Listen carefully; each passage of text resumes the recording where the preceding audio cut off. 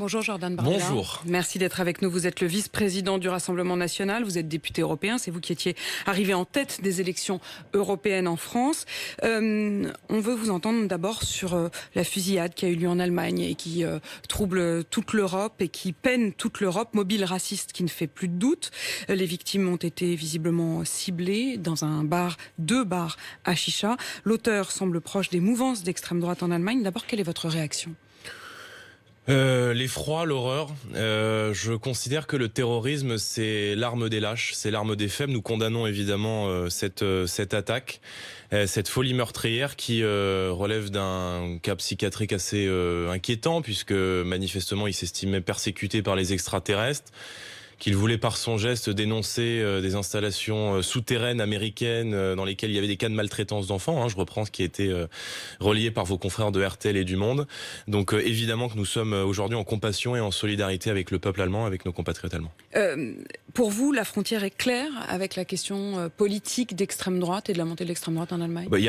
Je pense que ça n'a absolument aucun lien avec la montée de l'extrême droite. Je pense qu'on est là face à quelqu'un qui, même s'il s'appuie sur une idéologie racialiste, suprémaciste, était dans une forme de radicalisation psychiatrique qui fait qu'il en est arrivé là.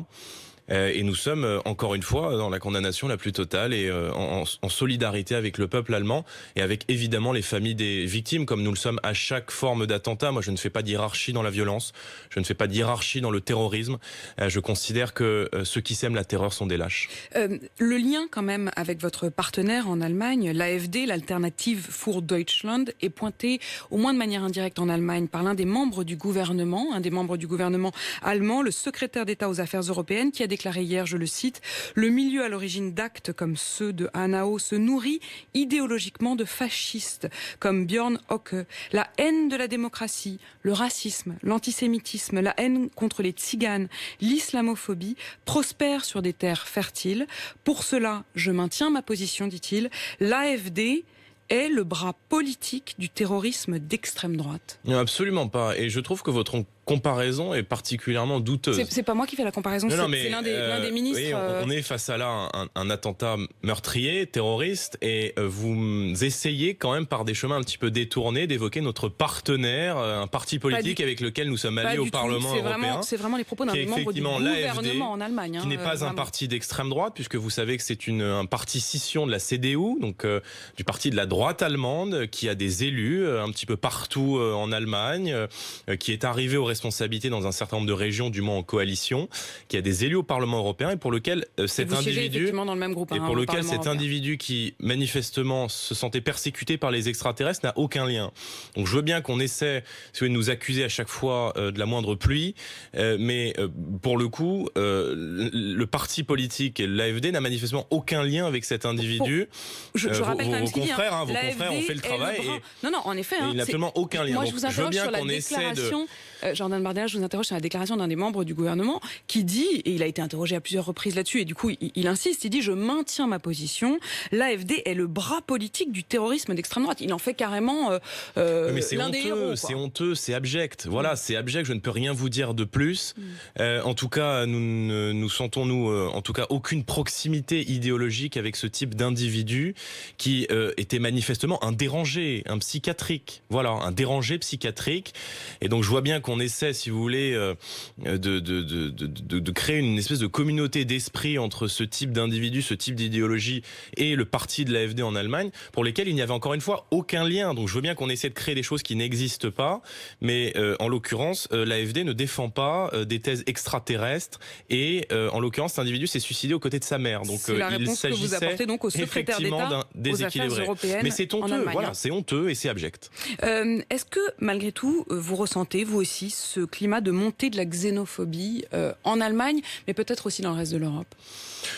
Non. Ça vous inquiète pas ? Je suis inquiet de voir ce type d'attentat. Maintenant, ce qui m'inquiète, en tout cas en France, ce qui m'inquiète en tout cas dans notre pays, C'est de voir que une idéologie qui nous a déclaré la guerre, qui s'appelle le fondamentalisme islamiste, est responsable de la mort de plus de 260 Français depuis maintenant 2012, y compris les Français de confession musulmane.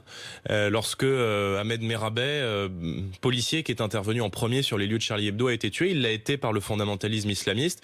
Et ce qui m'inquiète, moi en tout cas, c'est effectivement la montée de cette idéologie contre laquelle rien de fond ne semble être fait. J'ai été assez inquiet de voir... Rien de fond ne semble être fait. Quel regard vous portez sur le plan qu'a annoncé Emmanuel Macron, qui pointe un séparatisme islamiste? Sur l'expression, vous êtes d'accord? Non, je pense qu'il a une bataille, je pense qu'il a une décennie de retard. On n'est pas face aujourd'hui à un séparatisme, on est face à un communautarisme de conquête. On n'est pas face à des gens qui veulent se séparer de la société française. Ça, c'était l'affaire du voile de Creil. Ça, c'était vrai il y a quelques années. On est face aujourd'hui à des minorités politico-religieuses qui veulent imposer à l'ensemble de la société française les interdictions qu'ils se sont posées à eux-mêmes depuis des années. Et en réalité, on voit aujourd'hui la République française céder sur tout le territoire national face à ces revendications.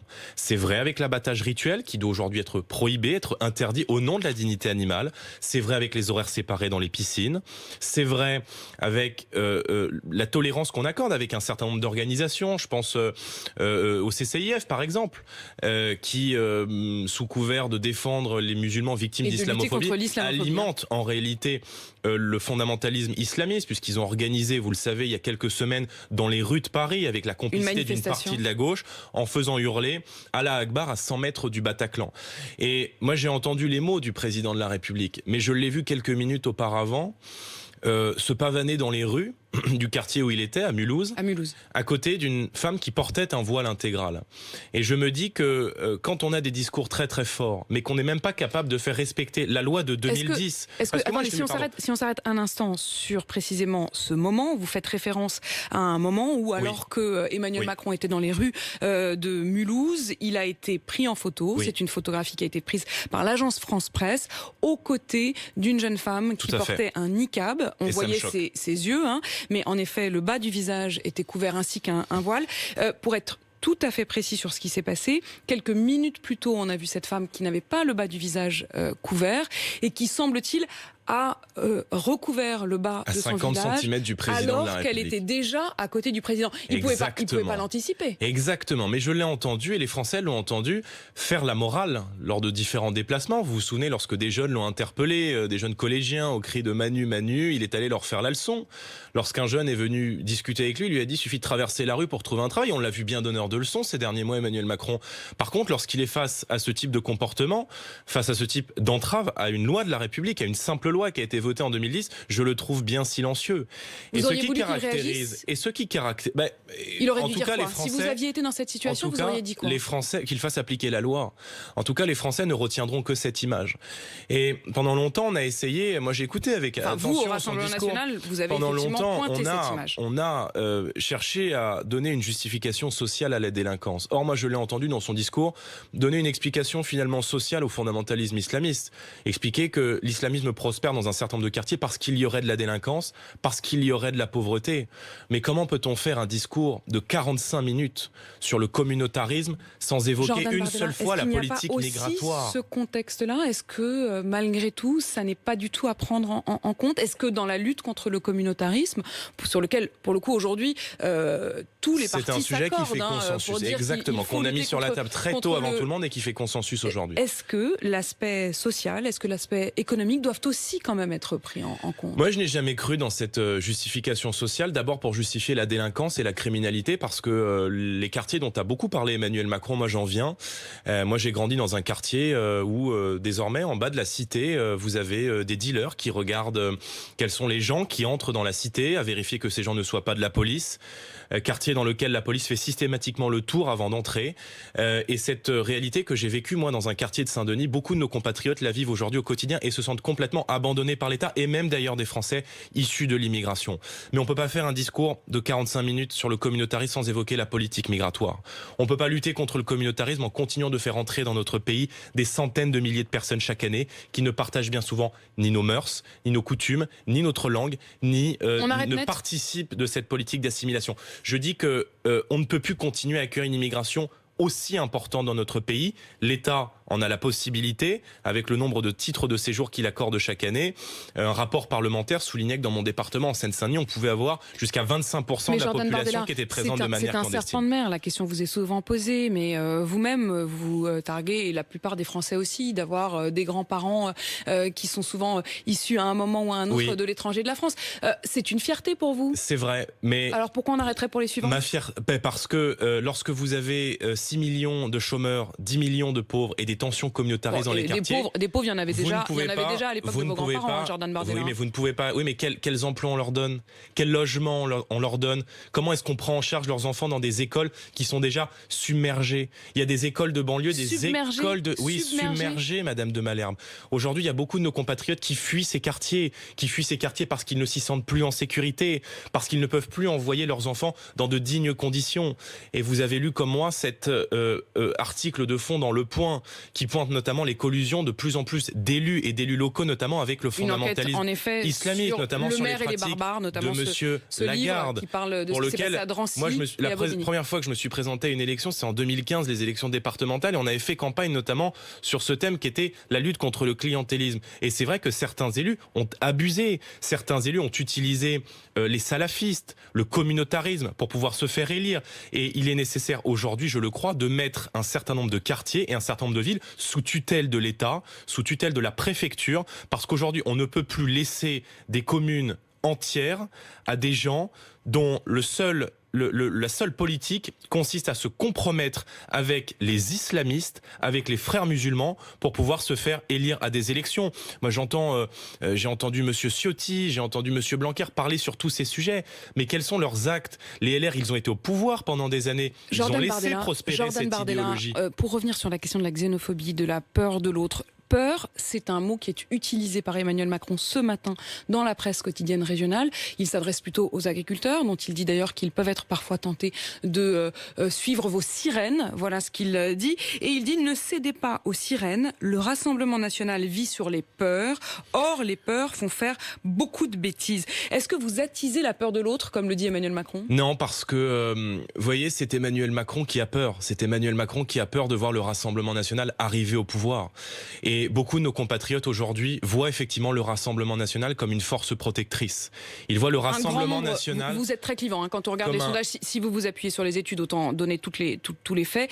Aujourd'hui, en effet, vous apparaissez comme les premiers opposants, mais quelqu'un comme Marine Le Pen est aussi celle, si j'en crois le résultat des dernières élections européennes, le plus fort rejet de la part des Français.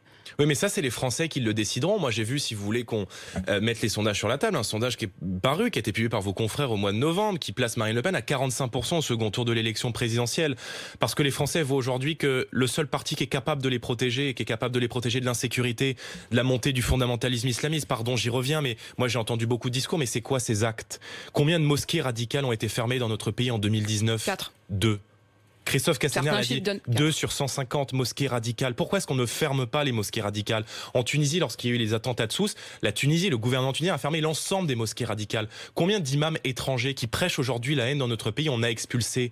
0, 2, 3 de manière dérisoire. Sur quel critère vous décidez qu'à un moment c'est radical? À vos yeux, c'est sur quel critère qu'il faut faire à partir du moment où vous avez des discours, enfin ces mosquées sont surveillées par les services de renseignement, qui prêchent la haine. Pour vous, quand est-ce qu'on bascule notre pays, à partir du moment où vous avez des discours où on prêche la haine de la France, où on prêche la haine des femmes, où on prêche la haine de l'Occident, où on prêche la haine des Juifs, où on prêche la haine des homosexuels, eh bien effectivement, si vous êtes de nationalité étrangère, alors vous devez retourner chez vous, parce que l'islamisme, il progresse de nos faiblesses et il progresse de l'aplaventrisme du gouvernement devant cette idéologie qui aujourd'hui effectivement est en train d'organiser une partition de la société française dans beaucoup de territoires. Ce qu'Emmanuel Macron, mais vous n'êtes pas d'accord avec le terme, appelle donc séparatisme islamiste. Emmanuel Macron, je voudrais y revenir quand même ce matin dans la presse. Il parle notamment de la tentation d'un vote Rassemblement national du point de vue des agriculteurs. Et il dit que le risque, justement, c'est que s'ils vous suivent, les agriculteurs, ils vont sortir de l'Europe, sortir de la PAC,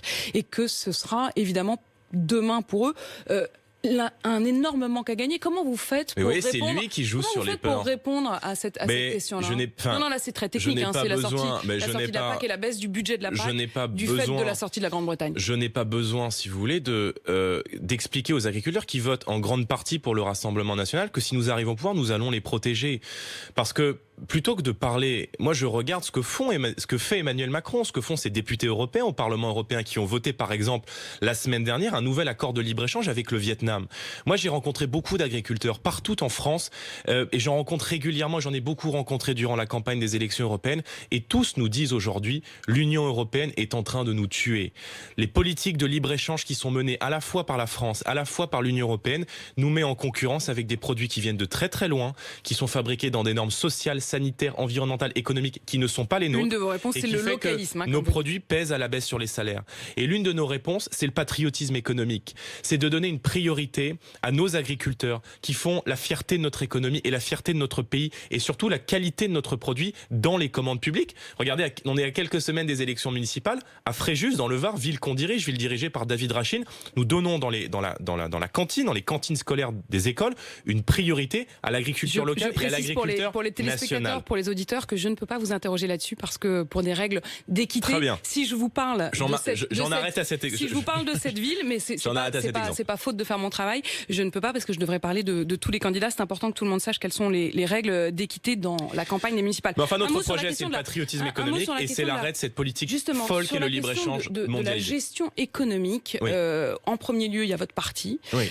Est-ce que vous diriez qu'aujourd'hui, le Front National, qui connaît de grandes difficultés financières, est au bord de la faillite? Non, d'abord nous sommes dans une situation financière qui est difficile parce que les Français doivent savoir que pendant longtemps les banques françaises ont refusé de prêter au Rassemblement national, que les banques nous ont mené une guerre absolument inouïe. Vous vous souvenez qu'il y a quelques mois nous avons été mis à la porte de la Société Générale sans la moindre raison. Nous avons demandé à ce que le secret bancaire soit levé. La Société Générale a refusé de le faire. Un certain nombre d'élus du Rassemblement national sans la moindre raison ont été mis à la porte de leur banque. Et en réalité, lorsque Emmanuel Macron est arrivé au pouvoir, il souhaitait instaurer une banque de la démocratie, c'est-à-dire un organisme agréé par l'État qui pourrait financer la vie politique et qui pourrait financer les partis politiques. Cette banque de la démocratie n'a jamais été mise en œuvre.